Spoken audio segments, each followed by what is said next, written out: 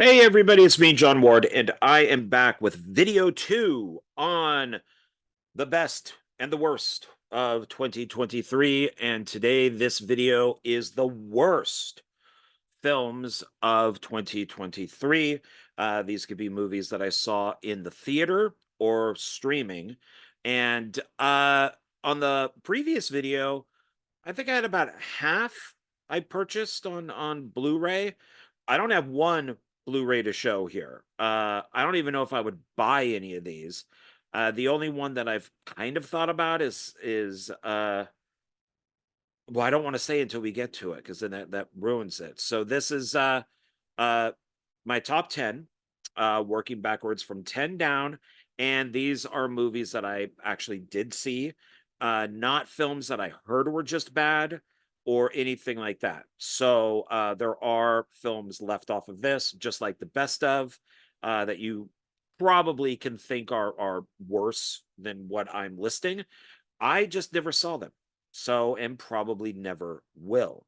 So let's start. So number 10 is The Flash. And that is the film that I was actually just referring to. It is the only one on this list that I would probably consider purchasing. I really liked Supergirl in it. I thought that she was really hot. I liked how angry her character is. I kind of liked that, I don't multiverse, I guess. I'm tired of multiverses, but that kind of twist on the timeline that that Zod did capture um Jarrell, and he didn't have that code in him, and so they ended up just killing him as the baby, and it's actually Kira that has the code. And I liked all that. That I actually thought was pretty cool. I would watch a movie just with her. um I liked that. Everything else in the movie I pretty much hated. I thought Michael Keaton was wasted. I thought he was better as the Falcon in Spider-Man. I think it's Homecoming. Um, I thought that he was bored and just looked like he was there for a check. The uh any quotes that they stole from like the Tim Burton Batmans, I don't think worked. Um, I hated him as this scruffy, long beard Bruce Wayne living in like a shit version of Wayne Manor. I really didn't like any of that type of stuff. Uh, Ezra Miller is just insufferable in everything he does. And yes, I'm calling him him. Fuck him. He gets no respect from me for anything. Um, he was also awful, along with Amber Turd, in the remake of The Stand. Well, actually, Amber Heard was okay in The Stand. I didn't even realize it was her until about an episode or two in. But he was horrible. He was Trash Can Man, and he was absolutely horrible.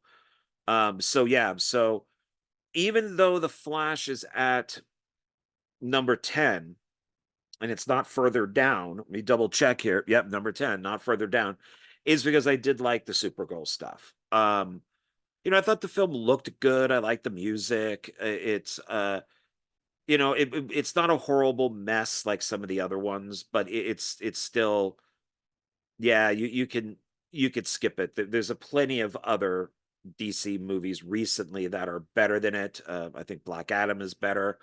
Shazam 2, Fury of the Gods is better. So it's there are other movies out there. The Batman is better. So yeah, skip the Flash and just watch other stuff. So that's number 10. Number 9 is The Marvels. Um, it's not further down because in a way I think the film is kind of harmless. It doesn't really add up to anything. It doesn't really add to anything. It's just kind of like a flat gray line. Uh uh as everybody's already pointed out, Miss Marvel is the best thing in it. It kind of looks like Brie Larson doesn't want to be there. I think you could tell by some of the reshoots because they reshot this thing over like 3 friggin' years. That Brie Larson just was pissed and didn't want to be there. I don't think that she was happy with having to share the movie since this was supposed to be Captain Marvel 2.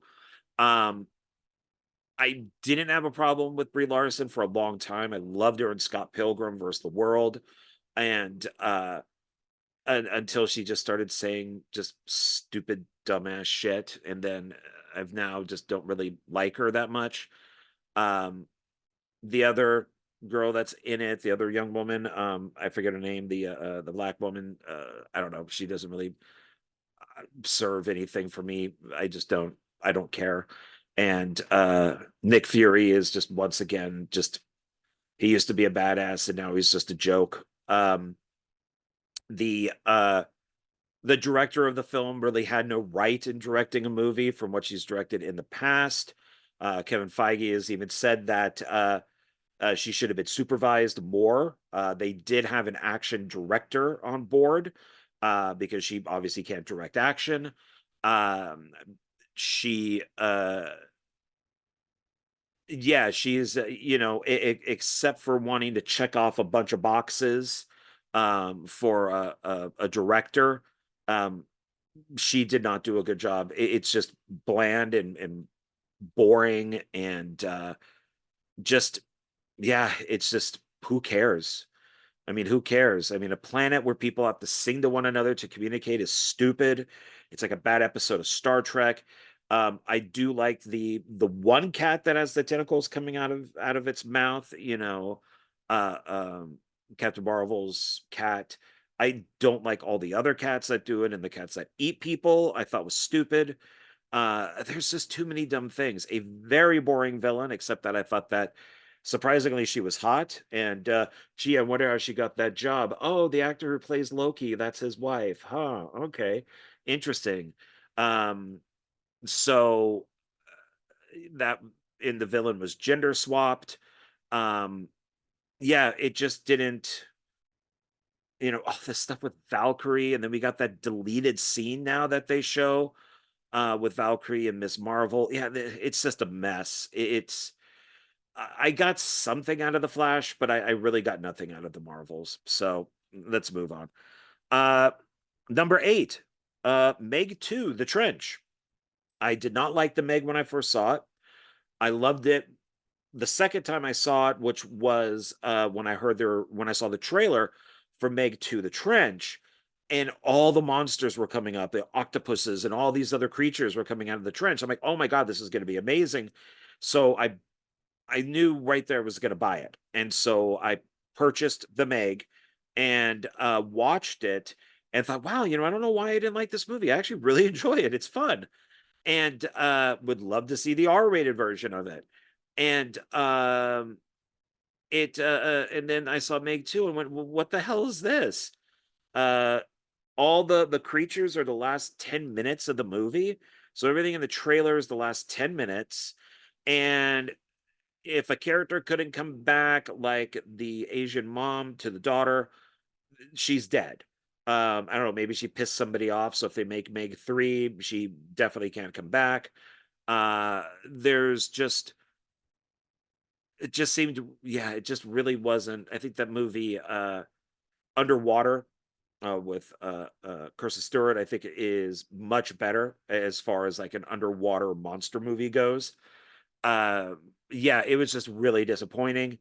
I might buy it just for the last 10 minutes and I don't maybe, but I haven't yet. So it's gonna have to be really cheap. Then so that's number 8. Number 7 is Cocaine Bear. Um, I watched it, did not like it. I think people are fooling themselves when they say that they did enjoy it. Um, it's just the name of the movie. I think that got people into it. And the movie is massively like inconsistent on what it wants to be. Does it want to be a horror movie? Does it want to be a Nature Gone Wild movie? Does it want to be a drama or a thriller? Does it want to be like a family film? Uh, I mean, it's it's all over the place. And Elizabeth Banks, I think, only directed it because she couldn't get anything else because Charlie's Angels failed. And after all the crap she said, blaming men for it, even though more men saw Charlie's Angels than women did, in the same way that more men saw the Marvels than women did, because men like to watch hot chicks, kick ass. Um, I think that she had to take that job, and it did make money, so good for her. But at the same time, it's a poorly made movie. It's a poorly executed movie. It's not well written. It has some okay shots in it. It's got some good actors in it, which are wasted. But it's not a good movie. And if you surround yourself with the people that I do within the kind of indie micro budget world that I'm part of, you see that there were a lot of imitators that just worked off that title and said, oh, well, maybe I could take cocaine and put it on an elephant. Oh, now it's cocaine elephant. Oh, well, maybe we could do marijuana shark or something. And I heard, and I haven't seen any of those because I don't know if there's a point to or not, but because it really is just the title. So that's number 7. Number 6 is Expend 4 Bulls or Expendables 4. This one is a little bit of a cheat. I did turn it off. I heard it was really bad. I avoided it. And at some point, I will have to watch it because Donald Wills and myself are going to be reviewing the Expendables series on film discussion way in December. And we started we ended 2023 with Stallone, and we want to start, and then we're going to start January this year, 2024, with Stallone. So we're going to do the Rambo movies, and then in December of this year, we're going to do all the Expendables films. So I'll have to watch part 4. I'll probably buy it. Just have to buy it cheap. And then in January, we're going to do the 3 Escape Plan movies. So we're kind of going off this whole Stallone thing. And I did try to watch it, and the opening scene with Megan Fox, who should not be in the movie. In fact, most of the actors probably should not be in the movie because they are not 80s or 90s action stars. Megan Fox's character is so annoying, I almost turned it off. And not a good way to introduce her. And then I noticed how much just CGI and green screens and stuff were being used. And Stallone just kind of disappears. And then from what I understand, he comes back near the end of the movie, but it just becomes just, kind of a Jason Statham movie. So, Meg 2. There we go. So I did turn it off. So, but I think that it still deserves to be on this list. If I turned it off, since I barely turn anything off. So, Expendables 4 is number 6. Number 5 is Pet Sematary Bloodlines. I really hated this movie. I'm a big original Pet Sematary fan. I did like Pet Sematary 2. And I even liked the remake of Pet Sematary where they swapped the kids. And I've enjoyed those. So when I heard that they were going to be making another one, and then saw the trailer for it, I was actually kind of excited since it's meant to be a prequel with Judd's character. And so I ended up, and it's supposed to be a prequel to the remake of Pet Sematary. So I rewatched that and then watched Bloodlines. And from what I read from the director, she didn't follow the remake, anything that happens in that. She threw away basically the book and made up her own story. So, which is very annoying. And so even though it's well shot and stuff, I mean, it looks good and the editing is fine, all that. It's just the story. And if it was a standalone story, if maybe the movie was just called Bloodlines and it had nothing to do with Pet Cemetery, it might have been fine. But I was very, very annoyed that the director just threw away all things that were basically built up, the continuity, just for a whole new story. Why? Just then don't make the movie. So that is number 5. Number 4, speaking of Stephen King, is the newest Children of the Corn, which sat on the shelf for a few years. And I can understand why. So, except for Bruce Spence, which, if you don't know who he is, he played the gyro captain in The Road Warrior. He was also in Mad Max Beyond Thunderdome. And he also played the lead ring wraith in the original Lord of the Ring movies. He is a character actor. He is one of these guys that elevates a movie. You basically get him because of who he is and what he's been in to add to that movie. It's just one of those things where it's like, oh shit, Bruce Spence is in a movie. Okay, I'll go watch that. And so I was excited to hear that he was in it. I'm guessing the budget went all to him. The poster does say based on the short story by Stephen King, but I haven't seen it on anything else. It's not in the movie. It's not in the credits. It's not on the box, and it is awful. And I'm a huge Children of the Corn fan. I own all the movies. I've probably seen all of them at least 2 or 3 times. Even the bad ones like Genesis, I enjoyed. I just love Children of the Corn.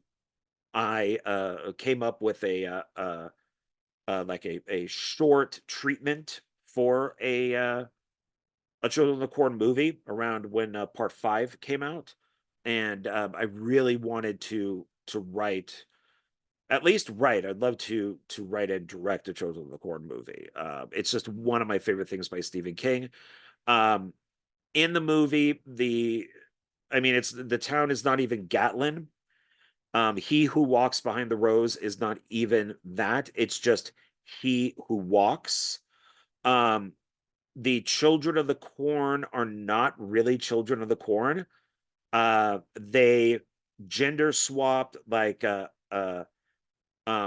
Isaacs and Malachi, and Malachi is now a really tall, smart, like college bound girl that knows all about like corn and stuff like that, while the Isaac girl is just like a killer. She just kills people.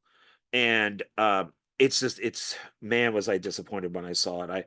It played out in a drive-in here and I missed it. I was really disappointed, but now I'm not.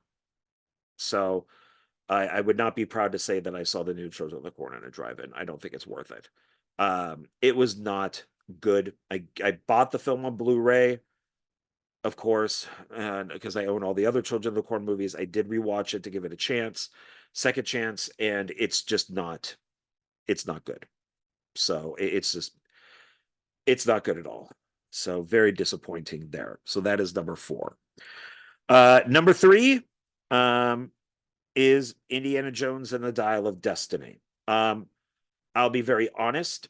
I really dislike everything Disney has done pretty much since Bob Iger took over the company. And I'm talking originally, not him leaving and then Bob Chapek coming in and then him coming back. I think Bob Iger is probably the worst thing to ever happen to Disney. I hate that they own all things George Lucas. I think Kathleen Kennedy is by far one of the worst producers in film history, and she should be fired and never allowed to produce anything ever again. She has destroyed Indiana Jones. She has destroyed Willow. She has destroyed Star Wars in the same way that I really wish Disney did not buy Marvel. And Kevin Feige should be fired because he has now destroyed everything Marvel. And these people do not seem to understand why these movies are bombing. And Dial of Diapers is one of the reasons why these things are bombing. Is they should have just left Indiana Jones with Crystal Skull, which I don't think is as bad as everybody says it is. I kind of like the idea of Indiana Jones uh, fighting aliens. I actually don't mind that. Sounds very 50s to me. But Dial of Destiny is it's insulting. There's a reason why Spielberg didn't want to make it. I don't know if Harrison Ford was already signed on when Spielberg was attached and he couldn't get out of the contract. He was insulted in this in the same way that Han Solo um, was insulted. And it's just the idea of this dial, this clock, and to go back into time, I think was a pretty good idea. I like if it had something like, you know, uh, the main villain wanted to use the dial to go back in time and basically take over for Hitler and try to win, and maybe does win World War II, um, that would be different. Um, but the amount of reshoots that they did and the idea of killing off the um, Indiana Jones, so then Phoebe Waller-Bridge, Fleabag can take over as Indiana Jones from all the test screenings and all the reshoots, and how she's a Mary Sue and how she's perfect and she's always one up on Indiana Jones and better.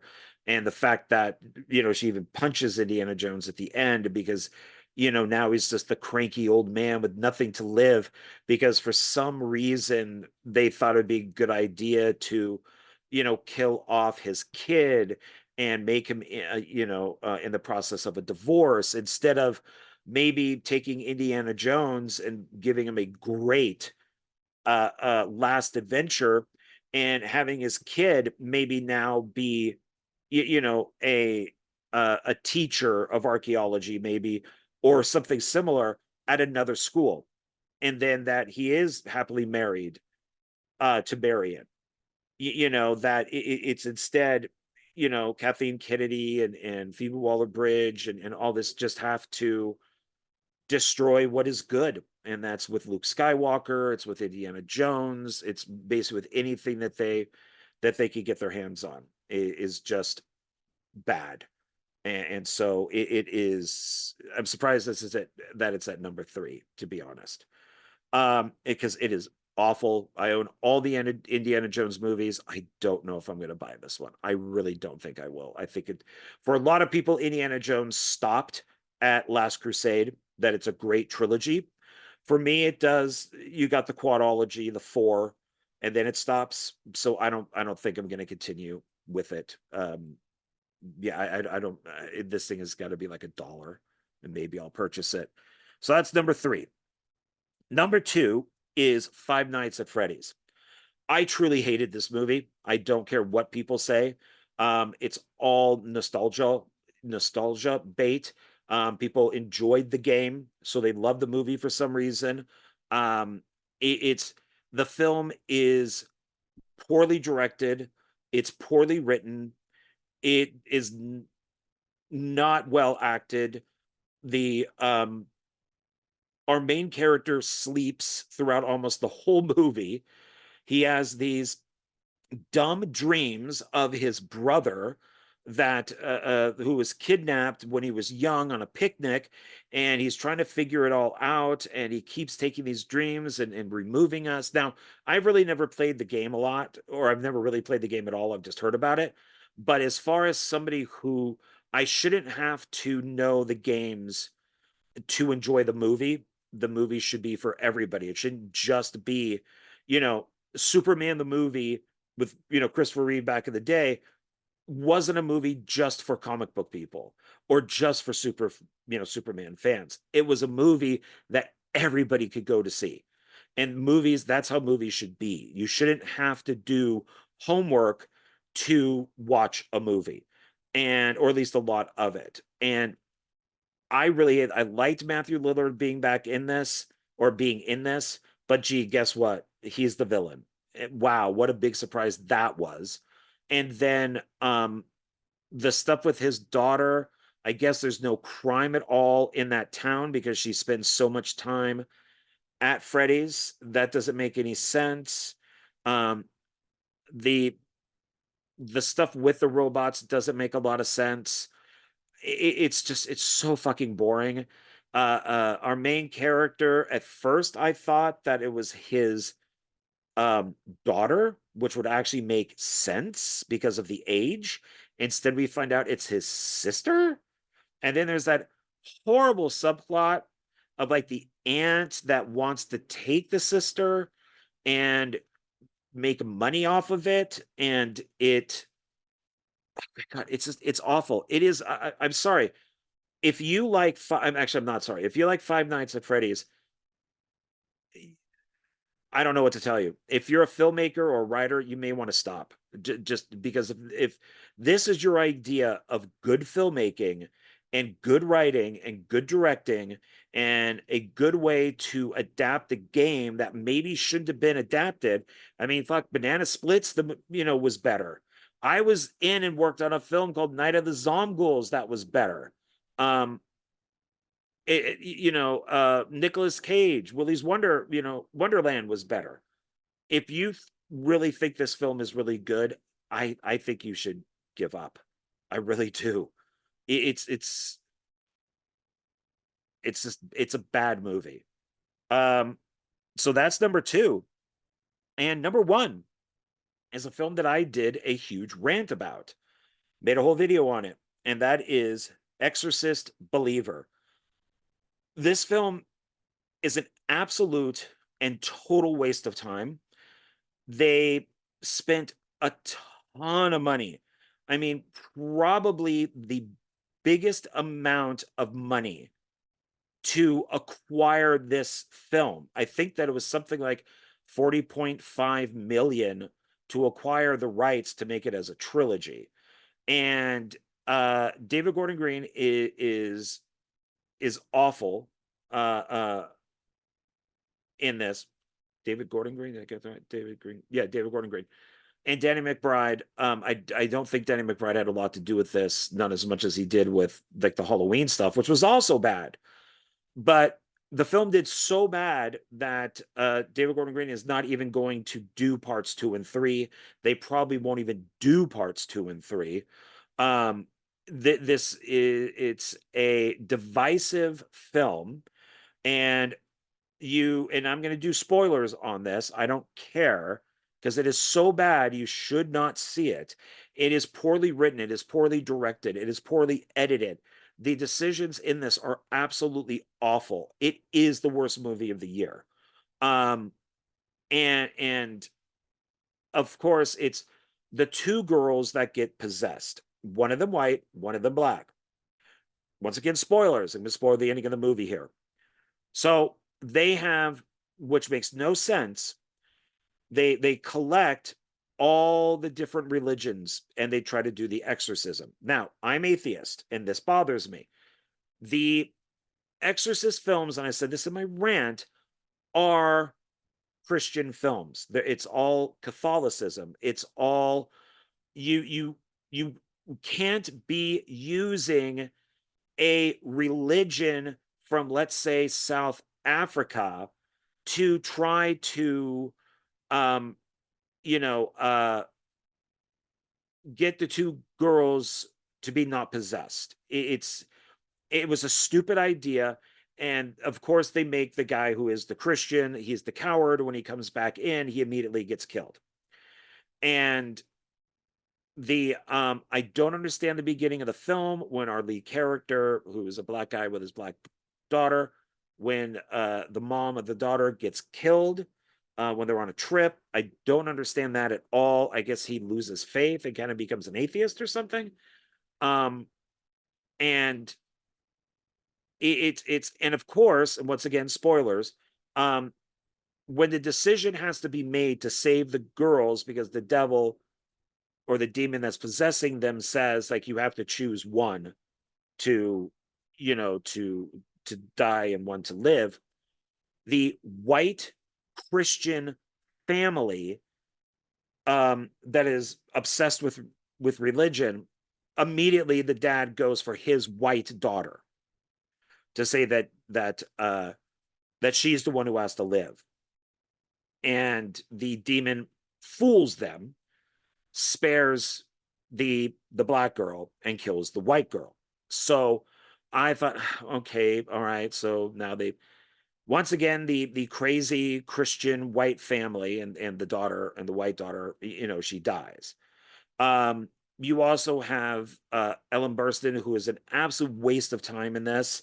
From what I understand, is that she didn't even want to do the movie, but they paid her an extremely large amount of money, and that money went to a charity that she likes, so she did it. She is an absolute and complete waste of time in this. It's actually insulting to have her character in this.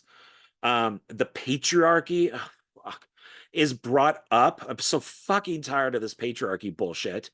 And for which is when she's talking to the black dad, he says, well, why weren't you allowed in the room in the first film? And she goes, oh, the patriarchy. No, the reason why the priest didn't allow you in the room, you fucking moron, is because you're not a priest. It has no idea. You're all white, so it has nothing to do with you being white.